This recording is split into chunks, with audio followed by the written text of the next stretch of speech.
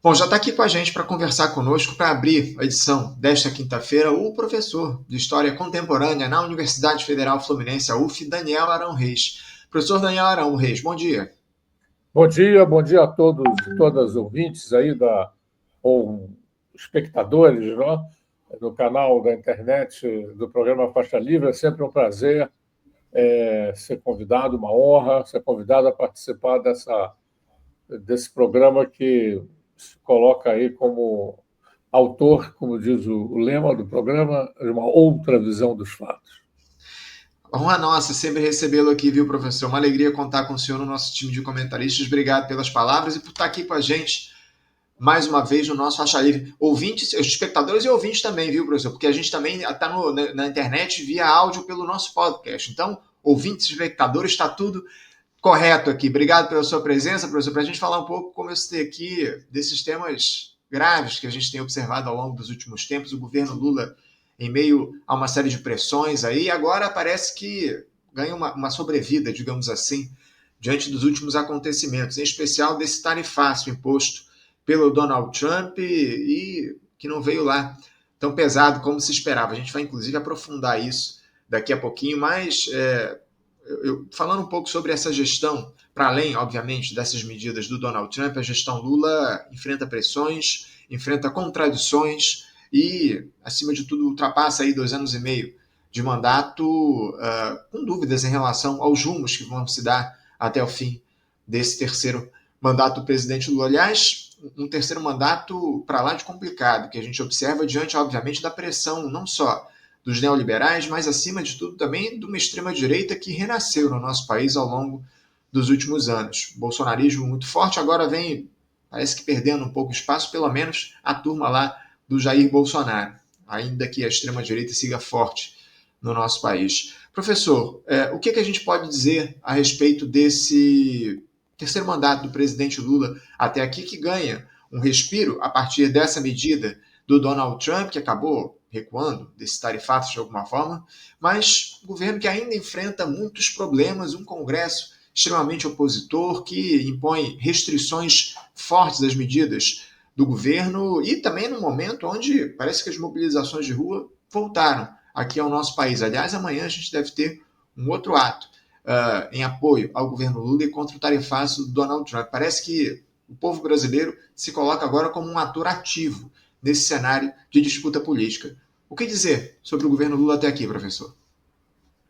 Bem, em relação ao primeiro lugar, eu queria considerar, porque é um novo dado na conjuntura e, de certo modo, altera essa conjuntura, que foi o tarifaço. Acho que não pode ser subestimado, porque, embora tenha havido um certo recuo nas ameaças, né, o que é comum no comportamento que o Trump vem assumindo desde quando tomou posse, né, nem sempre as suas ameaças se cumprem, às vezes na sua integralidade, às vezes parcialmente. No nosso caso, houve um recuo, porém, conforme a Câmara de Comércio, que reúne empresários americanos e brasileiros, diz, né, 43% das nossas exportações foram atingidas por tarifas arbitrariamente colocadas num patamar mais alto. Quer dizer, então, isso não deve ser uma comemoração, não é? Nem deve ser minimizada essa decisão do presidente Trump. Em termos econômicos, é um baque. Nós sabemos que o Brasil exporta uma quantidade de produtos que não é majoritária no nosso comércio externo. Já há muitos anos o Brasil diversificou os seus parceiros internacionais, né? Os Estados Unidos já não ocupam aquela posição francamente hegemônica que ocupavam em boa parte da segunda metade do século XX, mas são ainda um importante parceiro e o impacto dessas tarifas vai se fazer presente numa série de setores econômicos num momento difícil da economia brasileira. E o que é mais importante é ressaltar o caráter político dessa decisão, não é? Porque realmente, em termos econômicos, como já se sabe, ao contrário do que disse numa primeira mensagem lá em julho, no começo de julho, o presidente Trump, né, não há déficit dos Estados Unidos, o déficit econômico dos Estados Unidos em relação ao Brasil. Em todos esses embates que o Trump tem tido desde que foi eleito presidente, desde que foi empossado como presidente, a grande maioria das retaliações, ameaças econômicas tem um certo fundamento econômico, na medida em que ali há um grande déficit dos Estados Unidos. Quer dizer, os Estados Unidos exportam menos, né, do que importam. Né? Configura-se aí um déficit nas relações econômicas. Isso existe com a União Europeia, existe com a China. Né? Agora, com o Brasil, não. O Brasil tem déficit econômico. Né? Ele exporta menos do que importa dos Estados Unidos. É de sorte que você tem um quadro que não há nenhuma fundamentação econômica. A fundamentação é política, né? Evidenciada na cassação arbitrária, prepotente, inadmissível, né? De cassar direitos de um ministro do Supremo Tribunal Federal sob o argumento de uma lei. Né? A lei se refere a Magnitsky, que foi um oposicionista do Putin, do ditador Putin, com quem o Trump tem as melhores relações, apesar da guerra na Ucrânia. Né? Quer dizer, então, a primeira visita que ele fez como presidente dos Estados Unidos foi na Arábia Saudita e no Catar, países dominados por ditaduras religiosas, político-religiosas terríveis. Então, o apreço que ele tem pelas liberdades democráticas é nulo. Né? Se ele está tomando essa atitude em relação ao Brasil, é porque, né, aí estão em jogo outros interesses que é preciso desvendar. Né? E eu, entre outros, desvendaria, em primeiro lugar, né, a defesa que Trump faz das big techs, né, essas grandes companhias de comunicações, né, das chamadas mídias sociais, que de sociais não tem nada, elas são antissociais, né, antipopulares, antidemocráticas, né, grandes conglomerados dominados por poucos proprietários privados, né, uma coisa assim, que deve ser controlada, né, e no limite, extinta. Né?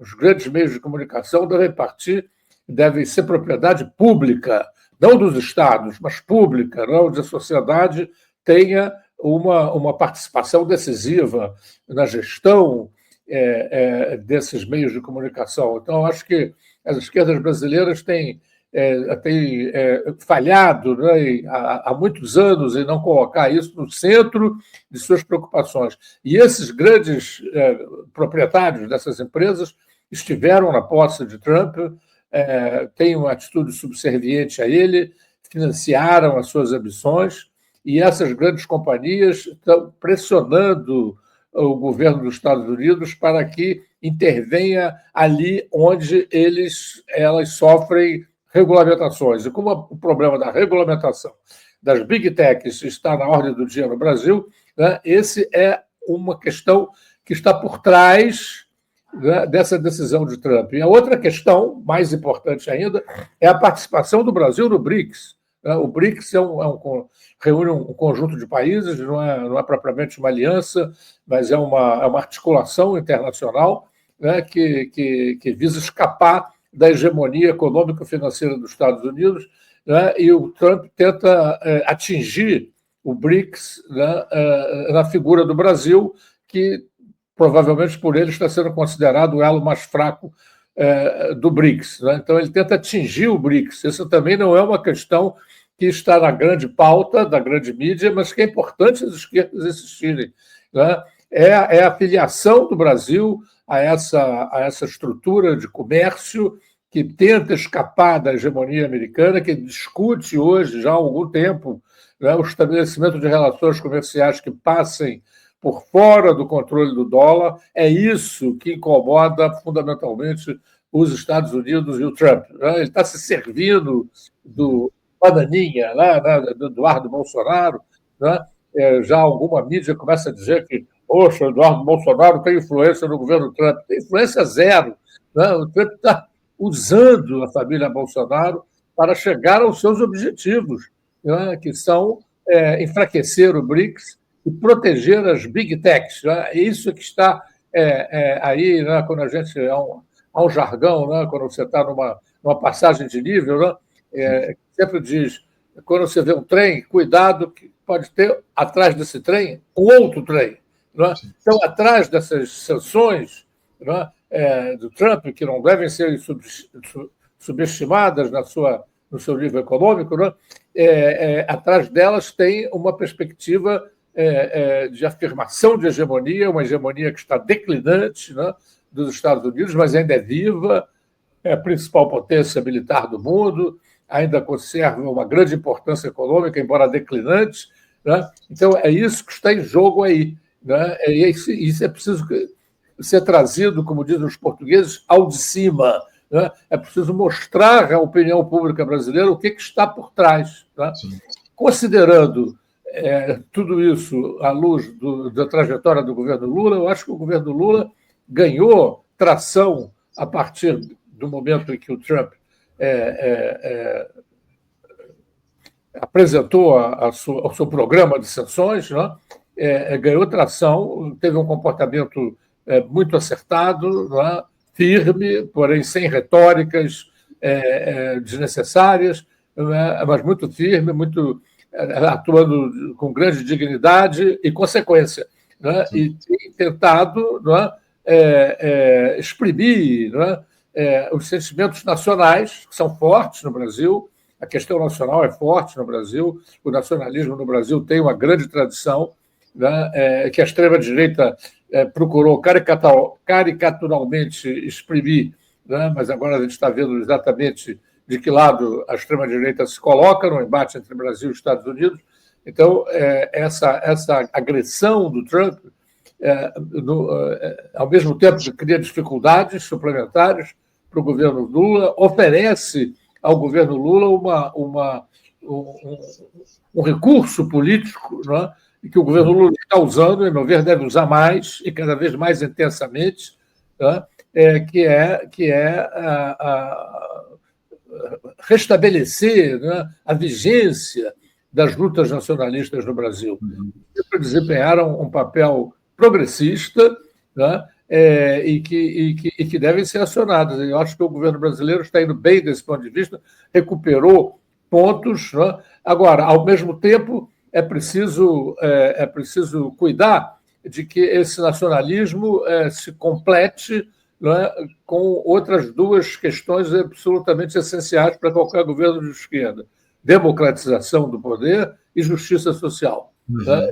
Os quesitos, a gente tem discutido isso aqui várias vezes, a democracia brasileira tem um déficit colossal, né, em termos de... Temos ainda, apesar dos progressos, milhões de pessoas numa situação de insegurança alimentar, né, e temos uma democracia mambembe, né, uma democracia sob hegemonia, né, das teses liberais, né, inclusive uma hegemonia que continua firme no Banco Central, apesar, né, desse homem, desse presidente do Banco Central ter sido nomeado pelo governo Lula e ser um homem que frequenta, né, as altas esferas do poder e do governo Lula. Né, ele é um homem que tudo indica que está profundamente dominado, né, pelas referências básicas das propostas liberais para o desenvolvimento econômico dos países. Quer dizer, fazer tudo para salvar o país do déficit, quando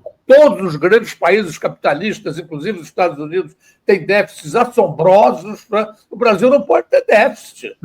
Pode ter déficit, quer dizer, e a prioridade é sempre pagar a dívida pública, né, que se criou há muitos anos, né, e que continua a ser um entrave imenso ao desenvolvimento econômico brasileiro.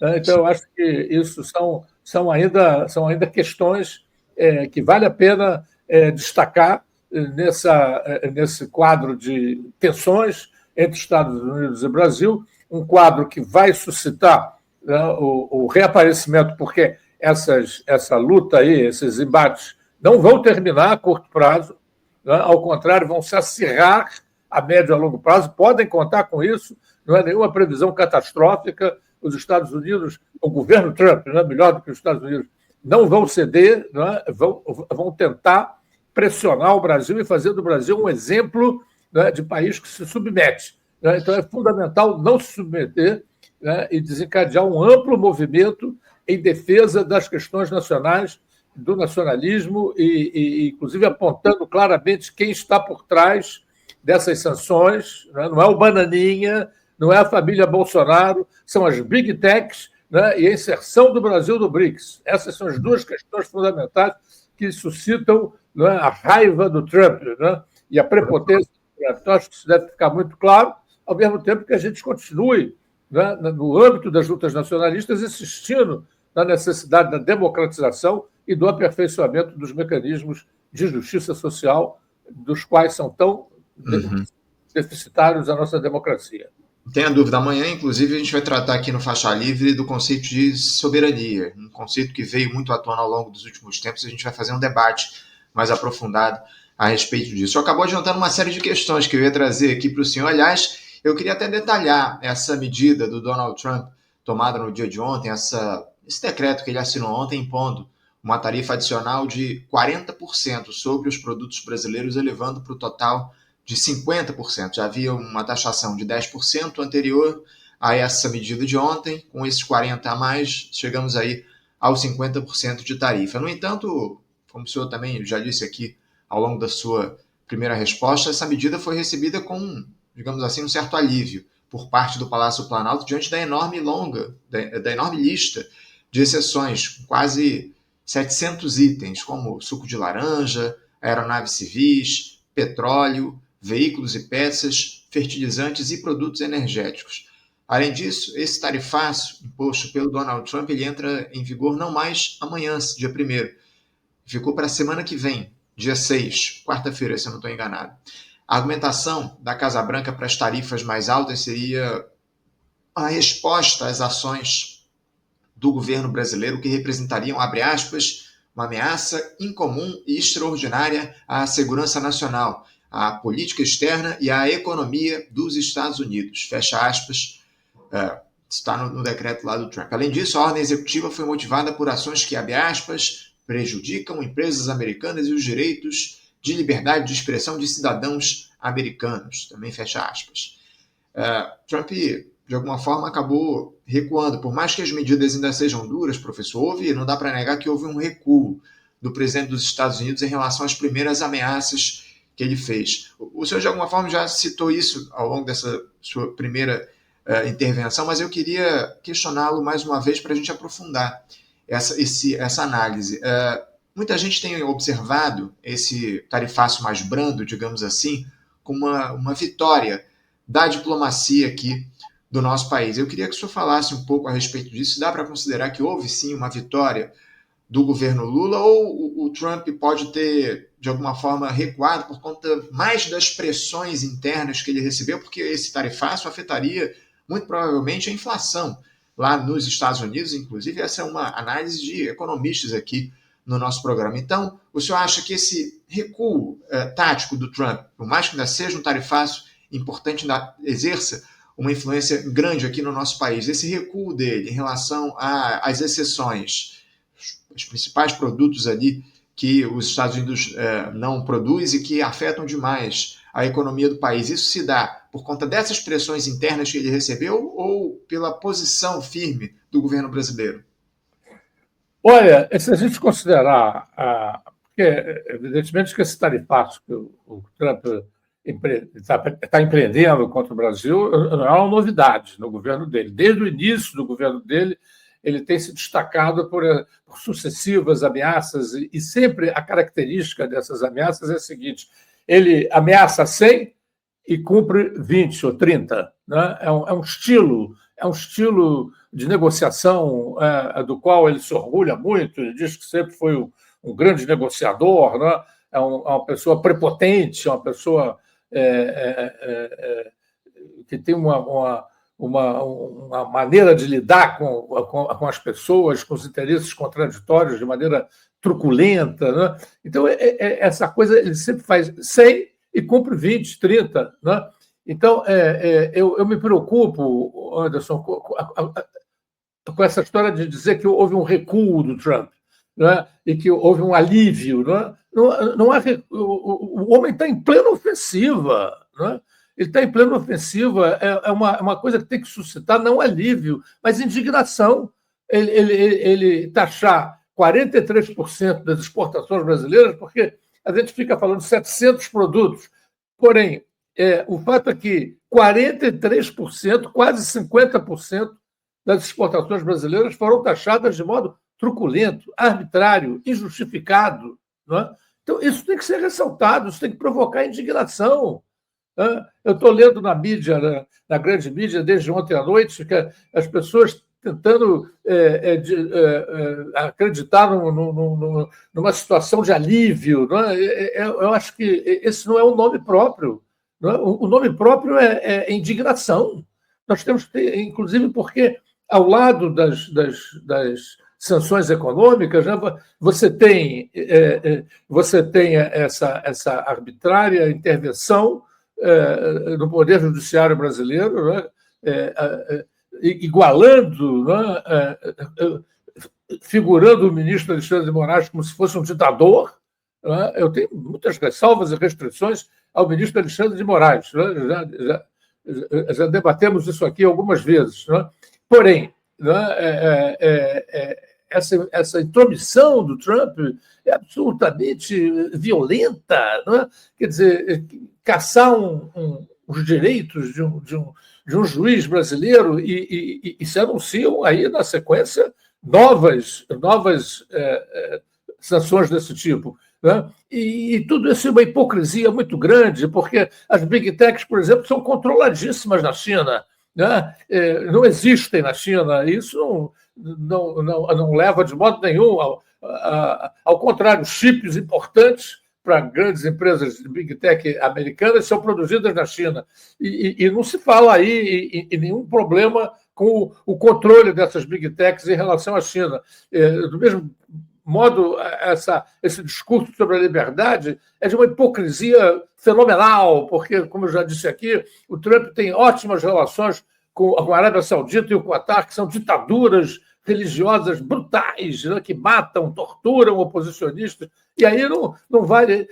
A sua própria ação dos Estados Unidos, arbitrária, truculenta, antidemocrática, que está sendo denunciada em toda parte.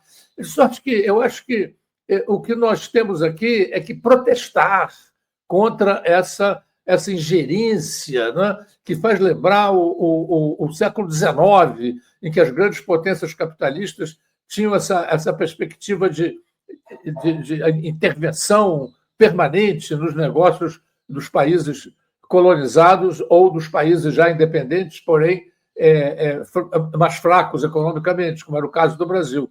Então, eu penso que é muito importante a gente não compartilhar essa perspectiva, não é, que está sendo disseminada. Que alívio nós estamos sentindo, o homem recuou, o homem está em plena ofensiva, pô. Esse é o método dele, anuncia 100, procurem ver, desde que ele tomou posse, se ele cumpriu integralmente alguma ameaça que fez. É o estilo de negociação. Bota 100, né, e cumpre 40, cumpre 30, né, dependendo da reação do interlocutor. Se o interlocutor se abaixa, né, de maneira vil, como foi o caso da União Europeia, que fez um acordo vexaminoso e que agora está sendo criticado, inclusive, na França e na Alemanha, né, além de outros países da União Europeia, né, você tem ali um agachamento, né, vergonhoso, né, humilhante dos responsáveis pela União Europeia, e, por outro lado, a China. A China reagiu à altura, disse: bota tarifa, eu boto tarifa em cima também. E o resultado foi que ele teve que recuar. Ele teve que recuar, assim como teve que recuar em outras inúmeras vezes. Não é? Quer dizer, então, vamos elaborar uma visão crítica desse chamado recuo. Não é? O cara promete matar 100 e mata 40, bom, ele recuou, só matou 40. Pô, ele está fazendo uma coisa absolutamente absurda, tem que suscitar indignação da nação brasileira, esses atos de opressão econômica, de pressão econômica e de intervenção clara contra um juiz brasileiro que está às vésperas de eventualmente condenar, né, o aliado dele, então ele sai em defesa da democracia. Que defesa da democracia? O Trump está arrebentando com a democracia americana internamente, está aliando-se aos piores ditadores do mundo, ele conversa alegremente com o Putin, né, que liderou a invasão da Ucrânia, que mata e tortura oposicionistas da Rússia, né? Quer dizer, isso não cria nenhum problema para ele. Ele vai se lembrar da Lei Magnitsky. A Lei Magnitsky foi criada, né? Talvez os nossos ouvintes não saibam,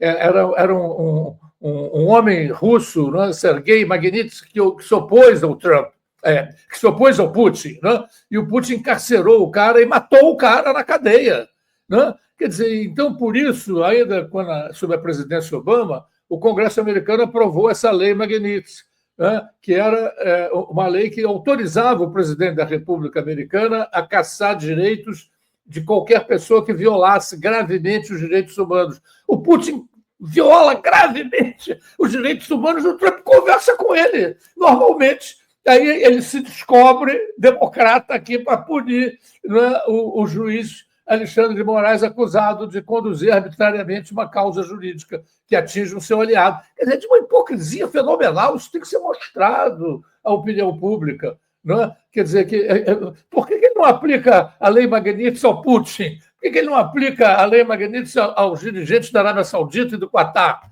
Não é? E ao próprio dirigente de Israel, não é? Que é seu aliado querido, né? Netanyahu, que é um líder de extrema-direita e que está pisoteando as liberdades democráticas em Israel, né? Ele aplica ao Brasil por quê? Porque ele está pensando na defesa das Big Techs e do BRICS, né? E da importância crescente que o BRICS tem. Então, eu penso que nós não estamos diante de um recuo do Trump, né? Ele modela, ele vai calibrando a sua ofensiva de acordo com as respostas dos adversários. Isso ele tem feito desde que tomou posse, né? Ele nunca cumpre, né? Ele, quando anuncia que vai matar 100, ele nunca mata 100, ele mata 30, 20 e continua a negociar, né? Então isso tem que ser denunciado. Os verdadeiros interesses por trás disso têm que ser denunciados. Eu acho que a gente não deve criar na opinião pública brasileira uma sensação de alívio. Né? A sensação é de preocupação, a sensação é de angústia, sobretudo para os setores atingidos, né? E a sensação é de preocupação porque não vai parar aí, gente. Isso vai continuar e vai crescer, né? O Trump está decidido a fazer do Brasil um exemplo, né?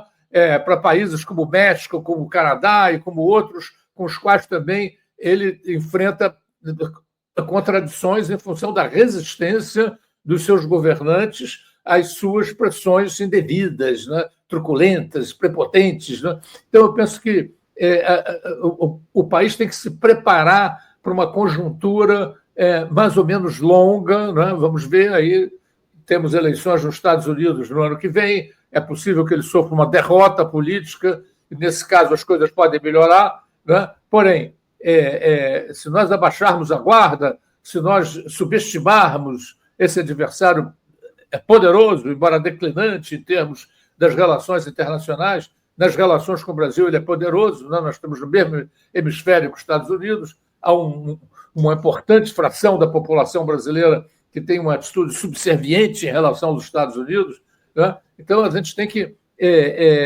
incentivar, né, a indignação, né? E não, eu não estou aliviado, ele anunciou que vai matar 100, mata 40, só matou 40. Pô, né? A gente tem que reagir com grande indignação a essa situação que está sendo imposta ao Brasil pela truculência tradicional do governo Trump. Professor, a ideia propriamente não é minimizar o que fez o Donald Trump. Evidentemente que são medidas absolutamente arbitrárias, essa que ele tomou, não só o tarifaço, como o estabelecimento dessa lei Magnitsky contra o ministro Alexandre de Moraes. Não dá para a gente, de fato, reduzir o alcance dessas medidas. O senhor citou 43% das exportações brasileiras para os Estados Unidos ainda são afetadas a partir desse tarifaço. A gente vai tratar, inclusive, do aspecto econômico desse tarifaço daqui a pouquinho no papo que eu vou bater com o Marcelo Carcanholo, seu colega de UF. Mas a questão principal, professor, é que o Trump, de uma forma ou de outra, acabou recuando. Não dá para negar isso. Se ele tinha um tarifaço que alcançaria 100% das exportações brasileiras e hoje essas medidas alcançam 43%, houve, de fato, um recuo. São fatos. Por mais que sejam medidas arbitrárias, precisam ser denunciadas. O próprio governo brasileiro denunciou, o Lula questionou ontem, falou de maneira muito firme contra esse tarifaço. A gente precisa se colocar e apontar o que é que representa esse tarifaço. Eu concordo com o senhor, as medidas não vão parar por aí. O Trump deve avançar em relação a outras ações contra o Estado brasileiro, tomando o nosso país como exemplo. A grande questão é que o Trump ele é um político que observa o cenário, o senhor citou outros atores internacionais, citou a China, citou a Rússia, enfim. Obviamente que o Trump ele levanta a voz com quem ele acha que pode, com quem os Estados Unidos têm uma posição de preponderância, enfim, os Estados Unidos é forte. A China e os Estados Unidos são muito dependentes um do outro, acima de tudo, inclusive no próprio comércio. Talvez, eu realmente não posso dizer se os Estados Unidos são mais dependentes da China do que vice-versa, mas, de toda forma, são países que têm uma relação comercial muito intensa. Então, quando o Trump elevou as tarifas para a China a 100%, o Xi Jinping foi junto, também elevou as tarifas das exportações dos produtos estadunidenses, ou seja, há uma relação de mais estabilidade, de mais paridade entre grandes potências. Agora, no caso do Brasil, que os Estados Unidos sempre consideraram a América Latina o seu quintal, é óbvio que o Trump vai levantar a voz, mas houve uma postura incisiva e importante do presidente Lula, ainda que a gente questione algumas ações e a falta de algumas medidas. Aliás, não houve qualquer tipo de anúncio por parte do governo brasileiro em relação a medidas de retaliação a esse tarifaço do Donald Trump. A gente está aguardando que isso venha aí ao longo das próximas horas ou dias, aí até o próximo dia 6 de agosto, quando se inicia, de fato, esse tarifaço. Mas eu queria trazer um outro aspecto aqui, professor, porque boa parte dessas medidas, desse recuo, digamos assim, do Trump em relação ao tarifaço, está relacionado a setores que não têm lá muita ligação com o bolsonarismo. O agro foi muito afetado ainda por esse tarifaço, por mais que suco de laranja, enfim, alguns produtos tenham saído, o agro tem uma ligação muito forte com o bolsonarismo, foi muito afetado por esse tarifaço do Trump. E, de uma forma ou de outra, me parece, e eu queria a sua avaliação a respeito disso, que o Donald Trump, digamos assim, meio que desmoraliza o bolsonarismo, esvaziando um pouco essa medida, esse tarifaço. Ele começou com a voz muito grossa e acabou amenizando o discurso a partir, obviamente, da ação do governo brasileiro e das pressões que ele sofre. O senhor considera que o bolsonarismo, de alguma forma, ou o Jair Bolsonaro sai desmoralizado dessa situação envolvendo o tarifaço? Eu continuo defendendo a tese, Anderson, desculpe eu insistir nisso, porque eu acho importante. Nós estamos às vésperas de abertura, já estamos num quadro de radicalização de tensões entre Estados Unidos e Brasil. Né? O que houve ali é uma estratégia de negociante. Né? O senhor quer vender por quanto? Eu vendo por 100. Então não me interessa. Não, espera aí, eu vendo por 70, eu vendo por 60, eu vendo por 50. É uma estratégia. Ele inclusive, diz isso abertamente. Eu sou um ótimo negociante, eu sou um especialista em fazer deals, né? Quer dizer, negócios, como se fala em inglês. Né? Então, isso é uma estratégia de tosca, né? Uma estratégia primária de negociação. Né? O cara começa lá em cima e abaixa e vai por aí afora. Quer dizer, não é propriamente um recuo. Né? Bom, em todo caso, firmada essa minha interpretação dos fatos, eu diria que tudo isso tem enfraquecido muito o Jair Bolsonaro. Né? E a extrema-direita em geral, que tem uma atitude subserviente em relação aos Estados Unidos de modo geral. Né? Ainda hoje estava lendo uma crônica que o general lá, que foi vice-presidente do Trump, né, fez no Globo, né, em que ele elogia as nossas relações com os Estados Unidos. Né? Quer dizer, é um padrão de subserviência, né, que muitos militares brasileiros, inclusive, tinham antes de 64, Depois, com a instalação da ditadura, toda a ala nacionalista das Forças Armadas foi dizimada, né, foi caçada, né, e a partir daí houve uma formação monolítica, né, nesse sentido da subserviência, né, que se prolongou, né, nos quadros da República, da chamada Nova República, por falta de coragem cívica dos nossos presidentes, que não souberam intervir, né, e impedir, né, eu já levantei aqui isso em outros debates, né, como a maioria desses golpistas aí que estão sendo julgados, né, eram crianças ou adolescentes quando se fundou a Nova República. Quer dizer, eles são filhos da Nova República, filhos dessa inconsequência com que os presidentes civis trataram a questão militar. Mas, enfim, em relação à tua pergunta, eu diria que houve um enfraquecimento, medido já por pesquisas realizadas, dessa extrema-direita mais subserviente. Não à toa, né, que os grandes líderes, né, da extrema-direita começam muito timidamente, porque eles estão de olho nos votos do Bolsonaro.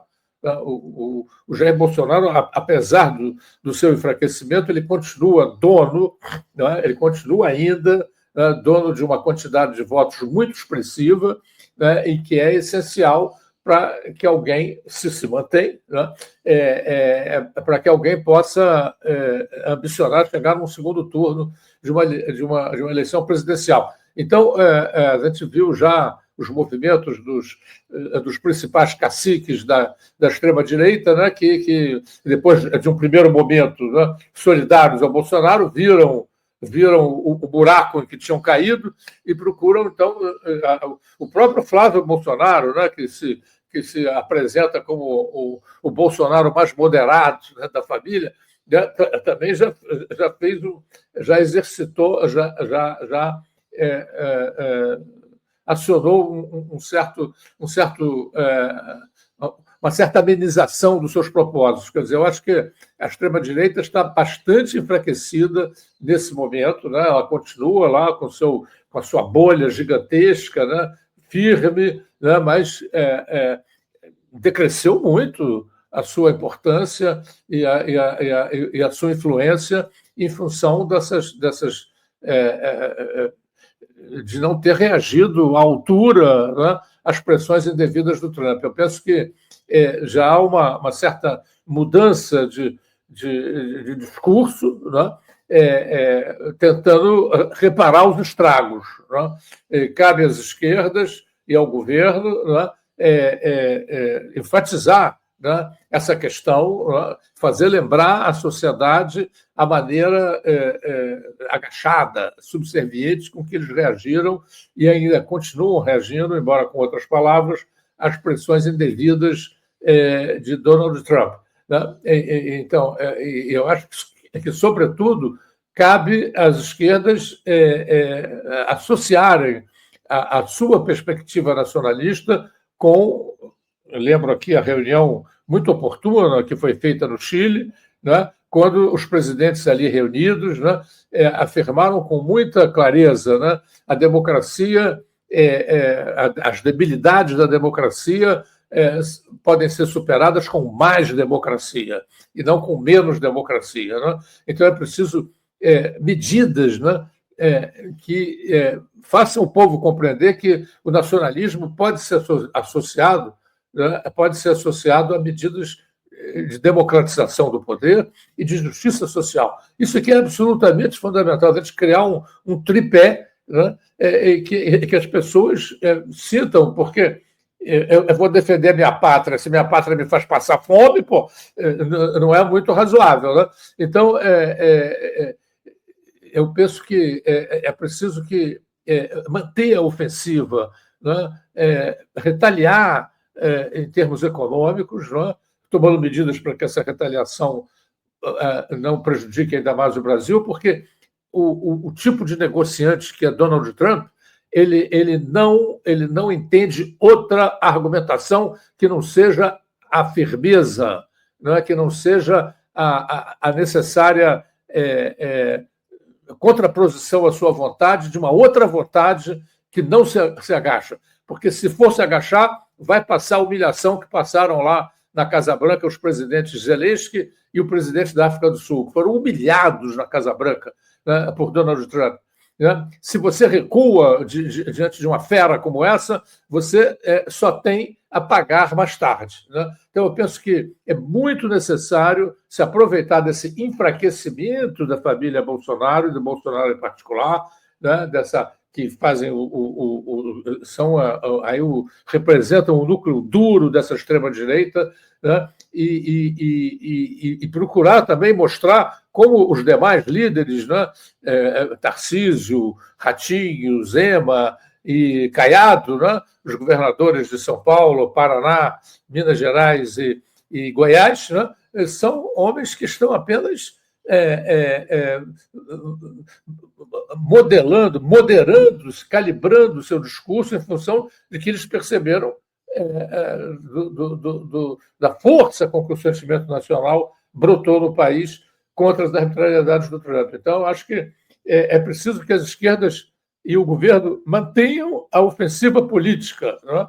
E desdobrando essa ofensiva, né? E revelando, primeiro, as causas fundamentais da aparente loucura do Trump. Ele não é de modo nenhum um maluco, ele é um negociante duro e prepotente e com a qual e diante do qual que só se impressiona se encontra força. A força que ele encontrou lá diante do chinês, né, do Xi Jinping, né, o fez recuar. Né? Ele é aquele negociante que chega gritando muito alto, né, mas se ele enfrenta um grito alto também, ele modera imediatamente, porque ele tem noção dos seus interesses.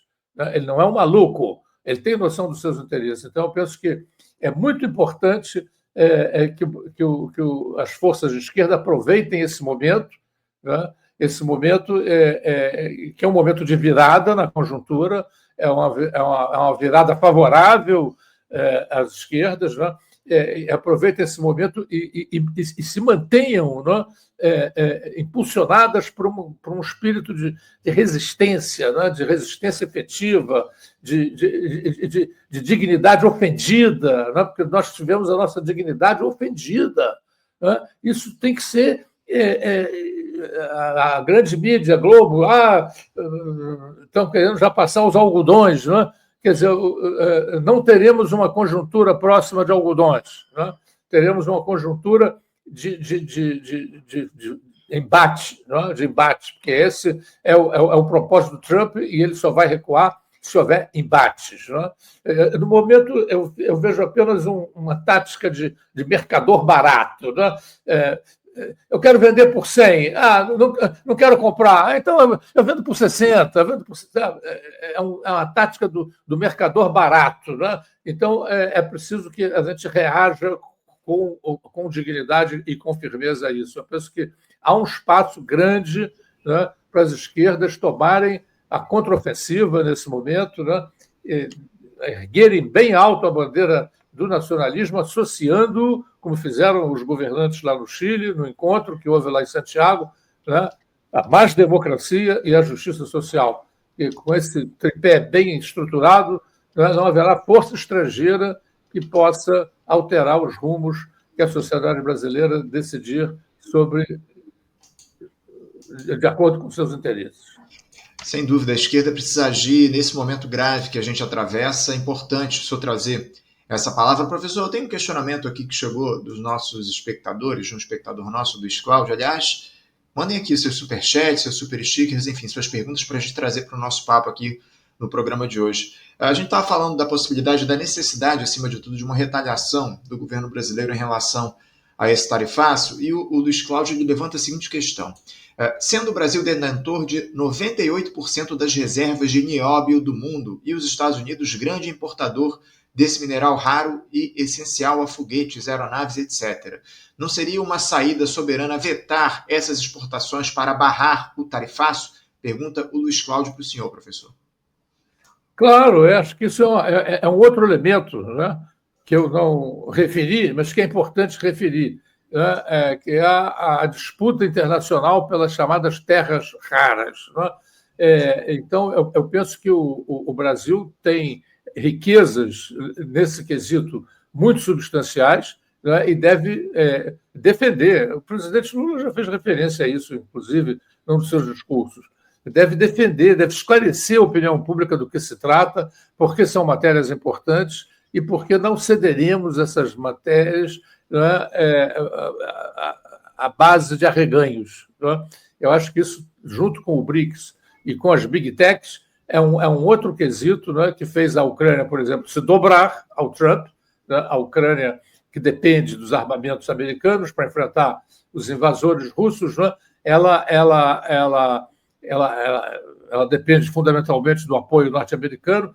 Então, o Trump impôs à Ucrânia um tratado vexaminoso, né, em que a Ucrânia praticamente entregou de mão beijada a exploração das suas terras raras. A Ucrânia é muito rica nessas terras raras, né, nesses minerais raros, né, que são muito, muito importantes, como o telespectador aqui lembrou, né, quer dizer, são muito importantes para a produção de setores estratégicos da economia norte-americana e de outras. Né? A China também é muito rica nessas terras, né? E a Ucrânia aceitou um tratado humilhante, né? E trata-se de evidentemente, trazer à tona também essa questão foi muito oportuna. Né? Esse é o outro trem. Né? A gente está vendo o trem do tarifaço e da perseguição ao Alexandre, mas tem outro trem atrás, né? que traz a questão do BRIC, das Big Techs e das terras raras. Foi muito oportuna a sua pergunta, meu caro, porque isso também é um outro elemento estratégico que não apareceu ainda, mas está lá. Né? Para quem analisa com mais argúcia o momento político, e cabe ao governo e às lideranças de esquerda trazerem isso de cima aqui, gente. Né? O homem está interessado nisso, né? E a gente não vai ceder, né? Como se fosse um cordeiro manso, né? Diante do lobo feroz. Né? Não vai ser assim a nossa relação. Então, eu penso que foi uma questão muito importante e se associa, né, a esse elenco, né, de outras questões que ainda não vieram ao de cima, mas que são essenciais, né, e que vão aparecer nas conjunturas próximas. Não tenha dúvida. Professor, o nosso espectador Rafael Coelho ele faz uma provocação aqui. Eu queria que o senhor falasse a respeito disso que trouxe o Rafael. Diz aqui o seguinte: Lula entregou o pré-sal, Belo Monte, margem equatorial, urânio. Agora é nacionalista. Como é que o senhor vê essa defesa da soberania que é feita pelo presidente Lula? Porque esse foi um tema, mais uma vez, que tomou conta do noticiário nos últimos dias. Amanhã, aliás, a gente vai fazer um debate, até convido aqui para quem quiser assistir. Amanhã teremos o professor Lincoln de Abreu Pena, o Carlos Eduardo Martins e o professor Manuel Domingos Neto debatendo soberania nacional aqui no nosso Faixa Livre amanhã. Mas esse é um assunto que tomou conta do noticiário, essa questão da soberania. Como é que o senhor avalia a posição, a postura do presidente Lula, considerando todas essas condicionantes aqui que o Rafael citou, a entrega do pré-sal, de Belo Monte, da margem equatorial, enfim. O senhor considera o Lula um político que defende de fato a soberania nacional? Ô Anderson, eu tenho aqui me caracterizado há muito tempo por um crítico, às vezes até considerado feroz, do governo Lula e do presidente Lula. O Lula, como ele próprio se autodenominou, é uma metamorfose ambulante. Então, ele é um homem sensível, né, à opinião pública brasileira, e sobretudo das classes populares. Né? É um homem que não lidera enfrentamentos. Né? Ele é um homem que da tradição trabalhista, né, de Getúlio Vargas, Jango. Né? É uma perspectiva de conciliação de classes, é uma perspectiva de conciliação com os poderes dominantes. Agora, ao mesmo tempo, eu penso que ele ainda se conserva como um homem sensível à opinião pública nacional. E eu acho que houve na opinião pública nacional uma perspectiva de indignação, né, com essas medidas do Trump. E o Lula soube encarnar soube ser expressão desse movimento de opinião pública. E eu acho que a gente deve, nesse momento, né, não deixar de lembrar isso que você lembrou, né, as suas medidas conciliatórias, que, aliás, aqui entre nós não são apenas dele. Né? Quer dizer, o establishment político brasileiro, em geral, né, salvo as exceções de praxe, né, entraram nessa política de de capitulação diante das pressões do grande capital internacional. Né? Entraram nessa onda, desde os governos do Fernando Henrique Cardoso até hoje. Né? Assim como também conciliaram com os militares. Né? Enfim, a Nova República é uma constelação de forças muito conciliatória. Então, cabe críticas às lideranças de esquerda terem entrado nesse processo de conciliação, mas cabe também estimulá-las, nesse momento, a rever, né, essa tradição de conciliação. Eu acho que, em determinados momentos, mesmo Getúlio Vargas e Jango tiveram seus momentos de resistência e de oposição, né? Assumiram a bandeira nacionalista, embora numa trajetória muito contraditória, né? De concessões, de conciliação. Né? Então, eu penso que o Lula é um herdeiro dessa tradição trabalhista. Né? Mas ele tem, na sua trajetória, né, elementos, né, de afirmação da soberania nacional, né, que é muito próprio dessa tradição. Então, no momento atual de enfrentamento, cabe estimular esse aspecto, esse lado, né, nacionalista que essa tradição tem, né, porque daí pode vir avanços, né, para a democracia e para a justiça social brasileira, se esse nacionalismo for bem conduzido. Então, acho que você tem razão em levantar esses pontos, né? Mas, ao mesmo tempo, eu queria que você, estudando aí a trajetória do governo, pudesse enxergar nessa trajetória momentos de afirmação nacional. E, nesse momento, né,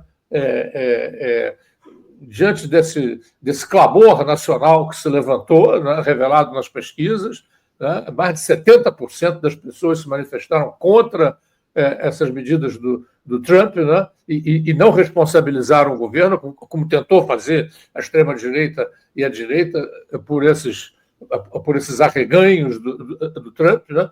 Então, eu acho que cabe, nesse momento, estimular o governo numa via, né, numa via que ele, até o momento, você tem razão, ele assumiu de modo muito contraditório, muito confuso, muito conciliador, mas esse momento é um momento de cerrar fileiras, né? Críticos, né? Porque você pode apoiar criticamente determinados governos, determinadas políticas, determinados partidos. Né?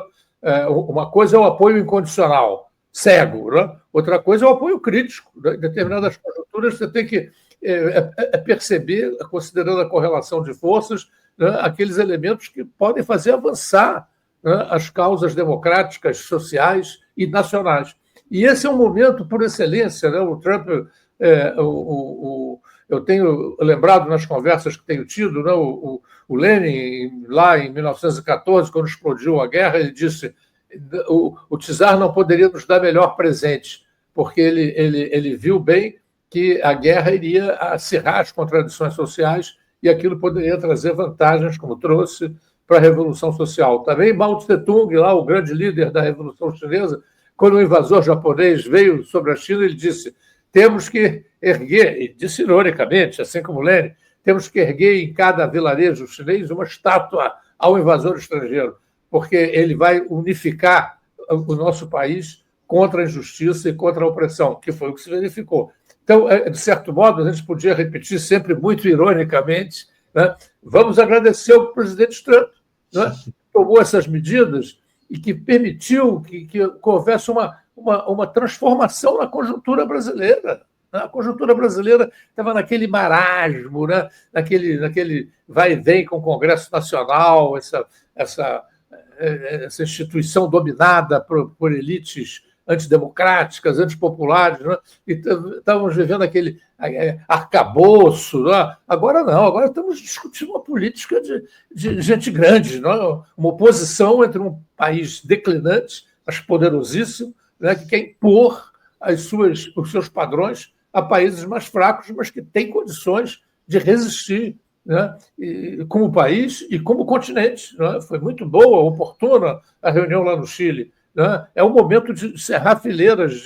O presidente colombiano já tomou medidas muito importantes contra o Estado de Israel. Né? Você pode estar nas vésperas de uma onda nacionalista, né? Na América do Sul. A América do Sul é muito comum isso acontecer, né?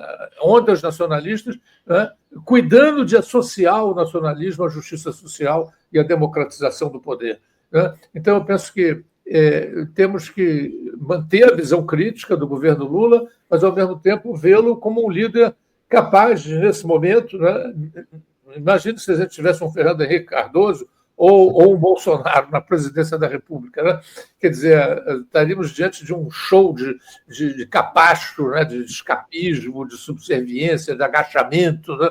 Não, a gente está enfrentando um outro momento, não? Um outro governo, com uma outra orientação. Cabe fortalecê-la, cabe sempre destacando, como você oportunamente fez, né, aspectos críticos, mas não negando apoio, ao contrário, estimulando o apoio crítico sempre às medidas que o governo tem tomado. Né? Porque, como eu te disse, como eu tenho dito aqui, eu estou convencido que abriu-se uma conjuntura mais ou menos longa de enfrentamento entre Brasil e Estados Unidos. Né? E a gente vai ter momentos de maior radicalização, momentos de maior apaziguamento, mas não tenho dúvidas de que ele quer quebrar o elo que o Brasil significa no contexto do BRICS e quer quebrar a ambição que se dissemina no mundo de controlar essas big techs. Né? Que é um absurdo você ter os meios de comunicação tão importantes nas mãos privadas de meia dúzia de potentados que se comportam como aristocratas antes do século XVIII, né? Como se eles quisessem conhecer uma nova Revolução Francesa, né? Porque realmente, isso quem disse não fui eu, é um grande estudioso da economia europeia e americana, né? Thomas Piketty, que disse, claro, o que essas pessoas estão... Vocês não viram esse casamento desse homem lá em Veneza? Né? É um aristocrata, um homem que não tem medida nenhuma, né? É um deboche, é um assinte que isso se verifique. Né? Então, você tem hoje uma conjuntura que vai se abrir de luta nacional, né? E isso tem que ser... Essa bandeira tem que ser encarnada pelas esquerdas, associando-a sempre à democratização do poder e à justiça social. Tá certo. Professor Daniel Arão Reis, é sempre uma alegria recebê-lo aqui no nosso Faixa Livre, divergências produtivas aqui, enfim, fraternas, que a gente precisa trazer para fomentar, obviamente, o debate aqui no nosso programa. Muito bom trazê-lo novamente, conversar com o senhor. Espero que a gente possa bater esse papo em breve aqui no Faixa Livre novamente. Muito obrigado pela sua presença e desejo uma boa quinta-feira para o senhor e um meu abraço forte. Sou eu que agradeço. Bom trabalho e boa sorte para vocês aí no Faixa Livre. Obrigado, professor. Um grande abraço. Até a próxima. Conversamos aqui com Daniel Arão Reis, professor Daniel Arão Reis, que é comentarista histórico nosso aqui no Faixa Livre, professor de História Contemporânea na Universidade Federal Fluminense.